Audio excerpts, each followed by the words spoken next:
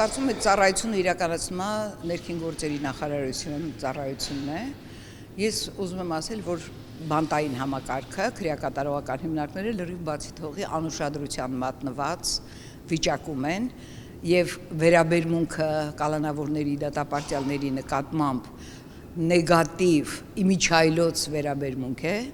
եւ նրանց կտանեն դատարան թե չեն տանի, նիստերը կհետաձգեն, այստեղ դատարանների խնդիրներն էլ կա, որ նիստերը շարունակ, բայց հետաձգում են նաեւ այդ պատճառով, որ չեն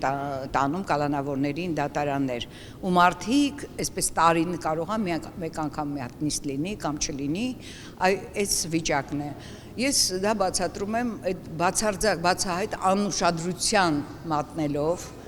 գիտեք ինչ նախարարները, քաղաքական պատասխանատուները իրենց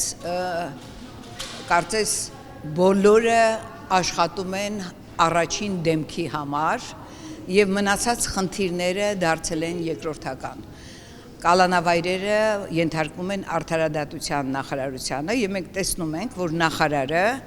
խոսում է առաջնահերթություններից, ասենք սահմանադրությունից, որը հանձնարարել է վարչապետը եւ այլն, եւ սա է առաջնային խնդիրները, մարդկային խնդիրները լրիվ դուրս են մնացել եւ չգիտեմ, լուծումը պետք է վերահսկողություն լինի, որը չկա ոչ մի ոլորտում, էլի ես չեմ տեսնում ու այստեղ էլ չկա։